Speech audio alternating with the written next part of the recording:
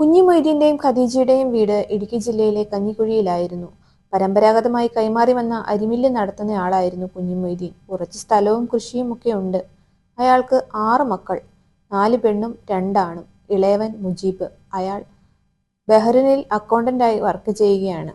ഇളയ മകനായ മുജീബിന് വേണ്ടി കുറെ നാളുകളായി കുഞ്ഞു മൊയ്തീനും ഖദീജയും സഹോദരങ്ങളുമൊക്കെ പെണ്ണാലോചിക്കുന്നുണ്ട്.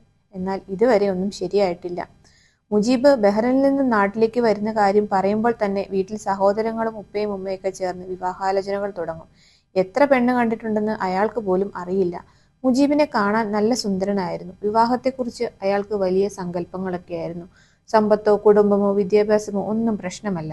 പക്ഷെ 20 വയസ്സിൽ താഴെയുള്ള ഒരു നല്ല സുന്ദരി പെണ്ണിനെ വിവാഹം കഴിക്കണം. കുറേ നാളുകളായി വിവാഹം ആലോചിക്കുന്നു. എന്നാൽ 33 വയസ്സായ മുജീബിന് ഈ പ്രായത്തിലുള്ള ഒരു പെണ്ണിനെ കിട്ടാൻ കുറച്ചു പ്രയാസമായിരുന്നു.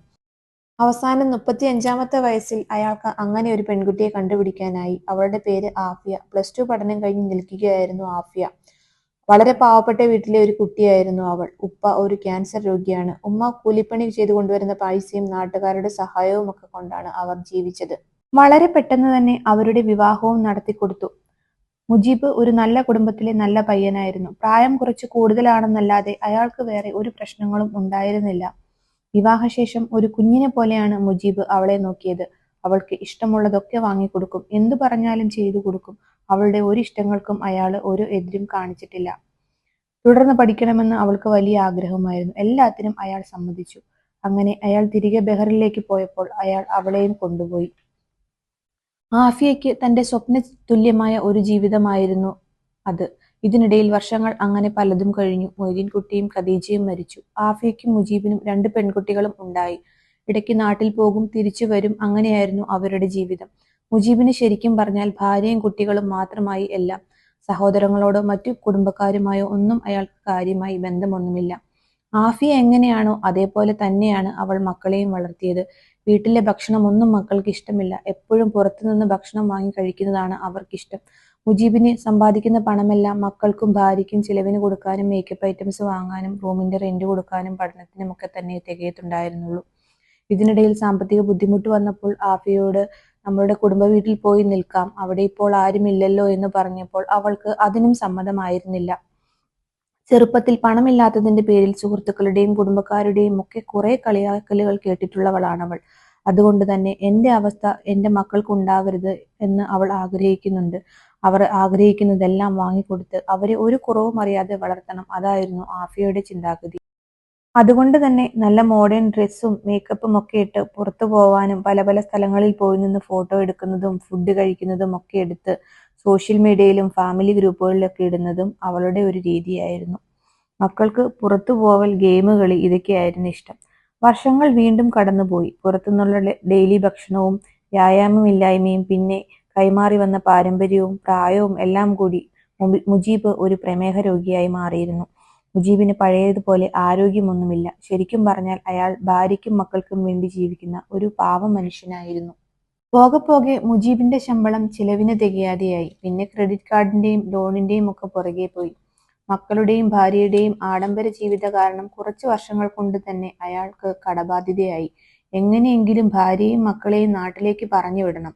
ഉപ്പയുടെയും ഉമ്മയുടെയും മരണത്തിന് ശേഷം മില്ലും വീടും എല്ലാം അയാൾക്കുള്ളതായിരുന്നു. പക്ഷേ ആരും തിരിഞ്ഞു നോക്കാതെ നാട്ടിൽ ഇപ്പോൾ അത് അങ്ങനെ കിടക്കുന്നു. ആഫിയയ്ക്കും മക്കൾക്കും ചിന്തിക്കാൻ പോലും പറ്റില്ലായിരുന്നു നാട്ടിൽ പോയുള്ള ജീവിതം. അവസാനം മുജീബ് അത്രയും പറഞ്ഞിട്ടാണ് അവർ നാട്ടിലേക്ക് പോയി അവിടെ താമസം തുടങ്ങാനെന്ന് സമ്മതിച്ചത്. അയാൾക്കും അവരെ കൂടെ തന്നെ നിർത്താനായിരുന്നു താല്പര്യം. പിന്നെ കടത്തിന്റെ കാര്യം ഓർത്തപ്പോൾ അവരെ നാട്ടിലേക്ക് പറഞ്ഞു വിട്ടാൽ പിന്നെ ചിലവൊക്കെ കുറയും. റൂം മാറി വല്ല ബെഡ് സ്പേസിനും നിൽക്കാം. നാട്ടിലെ സ്കൂളിൽ മക്കളെ ചേർത്താൽ ഇത്രയും ഫീസ് ഇല്ലല്ലോ. കുറച്ച് പണം ശമ്പളത്തിൽ നിന്ന് പിടിച്ചു വെച്ച് കടം തീർക്കണം. അങ്ങനെയൊക്കെയായിരുന്നു മുജീബിന്റെ തീരുമാനം. അങ്ങനെ അവരെല്ലാവരും കൂടി നാട്ടിലേക്ക് പോയി തറവാട് വീട്ടിൽ താമസം തുടങ്ങി.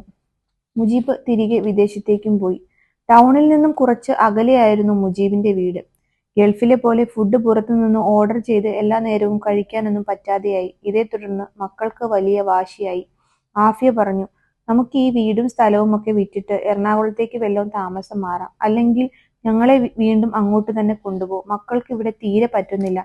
അങ്ങനെ മക്കളുടെയും ഭാര്യയുടെയും സന്തോഷത്തിന് വേണ്ടി അയാൾ അയാളുടെ പേരിലുള്ളതെല്ലാം വിൽക്കാൻ തീരുമാനിച്ചു. അങ്ങനെ അയാൾ വീണ്ടും നാട്ടിലേക്ക് വന്നു. ഇതിനിടയിൽ സ്ഥലവും വീടും കച്ചവടമാക്കാനുള്ള ഓട്ടത്തിലായിരുന്നു ആഫിയ. എറണാകുളത്തുള്ള ഒരു ഫ്രണ്ട് വഴി ആഫിയ ഇടപ്പള്ളിയിൽ ഒരു ചെറിയ വീടും സ്ഥലവും നോക്കി വെച്ചിരുന്നു. മുജീബ് തിരികെ നാട്ടിലേക്ക് വന്നു. അയാളുടെ പേരിലുള്ളതെല്ലാം വിറ്റ് കിട്ടിയ പണവുമായി അങ്ങനെ അവർ ഇടപ്പള്ളിയിലെ ആ വീട് വാങ്ങി. അയാൾക്ക് ഭാര്യയുടെയും മക്കളുടെയും സന്തോഷമായിരുന്നു ഏറ്റവും വലുത്. അതുകൊണ്ട് തന്നെ അയാൾ പുതിയ വീട് ഭാര്യയുടെ പേരിലാണ് എഴുതി വെച്ചത്. അങ്ങനെ പുതിയ വീട്ടിൽ നിന്നും ലുലു മാളിലേക്ക് പോവാൻ അധികം ദൂരമില്ല. തിരികെ പോകുന്നതിന് മുമ്പ് മക്കളെയും കൊണ്ടൊക്കെ ഒന്ന് കറങ്ങാൻ പോവാമെന്നോർത്തു. അങ്ങനെ എല്ലായിടത്തും കൊണ്ടുപോയി. ഇടയ്ക്കിടയ്ക്കുള്ള നാട്ടിലേക്കുള്ള വരവും പോക്കും എല്ലാം കൂടിയായപ്പോൾ അയാളുടെ കടം കൂടി വന്നു. പിന്നെ അയാൾക്ക് ഭക്ഷണ കാര്യത്തിലൊന്നും തീരെ ശ്രദ്ധയുണ്ടായിരുന്നില്ല. കണ്ണിന്റെ കാഴ്ചയൊക്കെ കുറഞ്ഞു തുടങ്ങി. മുടിയും താടിയും ഒക്കെ നരച്ചു. പക്ഷേ 17 വയസ്സോളം പ്രായവ്യത്യാസമുണ്ടായിരുന്ന ആഫിയയ്ക്ക് ഇപ്പോഴും ചെറുപ്പം. അവർ രണ്ടുപേരും കൂടി ഒരുമിച്ച് പോയാൽ അറിയാത്തവർ വിചാരിക്കും അയാളുടെ മൂത്ത മകളാണെന്ന്. അവളുടെ കൂടെ പിരിച്ചു നിൽക്കാൻ വേണ്ടി അയാൾ ഇടയ്ക്കിടയ്ക്ക് മുടിയും താടിയും ഒക്കെ ഒന്ന് കറുപ്പിക്കും. അങ്ങനെ കുറച്ചു നാളുകൾക്ക് ശേഷം വീണ്ടും അയാൾ തിരികെ വിദേശത്തേക്ക് പോയി. എല്ലാ മാസവും ശമ്പളം കിട്ടിയാൽ അയാൾ വീട്ടിലേക്ക് പണം അയക്കും. ഭാര്യയുടെ അക്കൗണ്ടിലേക്ക് കിട്ടുന്നതിന്റെ 50% അയാൾ അയക്കും. ബാക്കിയുള്ള പണം ചിലവിനും കുറച്ചൊക്കെ കടം വീട്ടാനും ഒക്കെ എടുക്കും. പുതിയ വീട്ടിലേക്ക് താമസം മാറിയതോടുകൂടി ചിലവ് വീണ്ടും കൂടി. മക്കൾക്കിടയ്ക്കിടയ്ക്ക് ലുലുവിൽ പോവണം, ഗെയിം കളിക്കണം, ഷോപ്പിംഗ് ചെയ്യണം. പിന്നെ അവിടെ അവർക്ക് ഇഷ്ടപ്പെട്ട ഫുഡൊക്കെ ഓർഡർ ചെയ്ത് കഴിക്കാനും എളുപ്പമായി. ആഫിയ ഒരിക്കൽ പോലും മക്കളെ പണത്തിന്റെ വില എന്തെന്ന് അറിയിച്ചിട്ടില്ല. അതുകൊണ്ട് തന്നെ മക്കൾക്ക് അതുണ്ടാക്കാനുള്ള ബുദ്ധിമുട്ടും അറിയില്ല.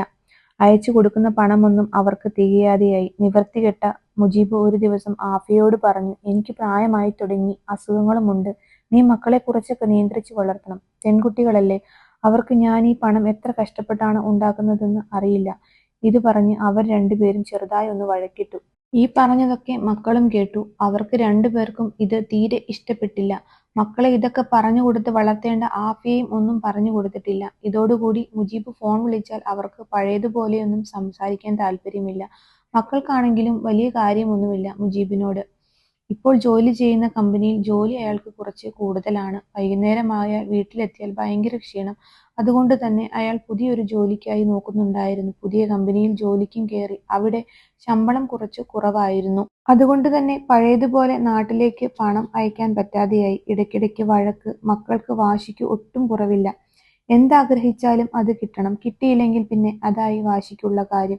ശരിക്കും പറഞ്ഞാൽ ഉമ്മയ്ക്കും മക്കൾക്കും പണം കായ്ക്കുന്ന ഒരു മരം മാത്രമായിരുന്നു അയാൾ. അതിന്റെ വരവ് കുറഞ്ഞതോടുകൂടി അവർക്ക് അയാളോടുള്ള സ്നേഹവും കുറഞ്ഞു. അയാൾക്ക് ശരിക്കും ഭാര്യയുടെയും മക്കളുടെയും യഥാർത്ഥ സ്നേഹം അപ്പോഴാണ് മനസ്സിലായത്. ഭാര്യയോട് കൂടുതലായിട്ട് എന്തേലും പറയാനും അയാൾക്ക് പേടിയായിരുന്നു. കാരണം അവളുടെ പേരിലാണ് വീട്. എങ്ങാനും നാട്ടിൽ ചെല്ലുമ്പോൾ വീട്ടിൽ കയറണ്ട എന്ന് പറഞ്ഞാൽ എന്തു ചെയ്യും? മാത്രമല്ല അവൾ ചെറുപ്പം, കാണാനും സുന്ദരി. വേറെ ഒരു ബന്ധം കിട്ടാനൊന്നും ഒരു പ്രയാസവുമില്ല. ഭാര്യയോടും മക്കളോടുള്ള അമിതമായ സ്നേഹവും വിശ്വാസവും കാരണം അയാൾക്ക് എല്ലാം ഒരു പരിധിവരെ നഷ്ടപ്പെട്ടതുപോലെയായിരുന്നു. അയാൾ കഴിഞ്ഞുപോയതിനെക്കുറിച്ചൊക്കെ ഓർത്ത് ഒരുപാട് വിഷമിച്ചു. മക്കളെ ഞാൻ വളർത്തിയ രീതി ഒട്ടും ശരിയല്ലെന്ന് അയാൾ മനസ്സിലായി. ഭാര്യയാണെങ്കിലും കുറച്ച് നിയന്ത്രണങ്ങളൊക്കെ അവൾക്കും വെക്കേണ്ടിയിരുന്നു. ഇനി അതിനെക്കുറിച്ചൊന്നും ആലോചിച്ചിട്ട് കാര്യമില്ല. അയാൾ ഭയങ്കര അസ്വസ്ഥനായിരുന്നു. അയാൾക്ക് ജോലി വേണ്ടെന്ന് വെച്ച് നാട്ടിൽ ഭാര്യയുടെയും മക്കളുടെയും കൂടെ നിൽക്കണമെന്ന് ആഗ്രഹമുണ്ട്. പക്ഷേ വീട്ടുകാര്യവും മക്കളുടെ കാര്യവുമൊക്കെ ആര് നോക്കും? കടബാധ്യതകൾ ആര് തീർക്കും? അതൊക്കെ ചിന്തിക്കുമ്പോൾ ആ പാവം അവിടെ തന്നെ വീണ്ടും പിടിച്ചു നിന്നു. ഇതുപോലുള്ള ഒരുപാട് ആളുകളെ നമുക്ക് ഈ പ്രവാസ ജീവിതത്തിൽ കാണാൻ കഴിയും. എല്ലാ പ്രാവശ്യം നാട്ടിൽ പോകുമ്പോഴും ഇനി തിരിച്ചു വരില്ല എന്ന് വിചാരിച്ചു പോകുന്നവരായിരിക്കും അധികവും. എന്നാൽ ഫുട്ബോൾ പോലെ അവർ വീണ്ടും തിരിച്ചു വരും. ആരോഗ്യമുള്ള കാലത്ത് സമ്പാദിച്ചതെല്ലാം വീട്ടുകാർക്ക് വേണ്ടി ചിലവാക്കി അവസാനം വയ്യാതെയാവുമ്പോൾ തിരികെ നാട്ടിലേക്ക് ചെന്നാൽ വീട്ടുകാർക്ക് വരെ അവരൊരു ഭാരമാവും.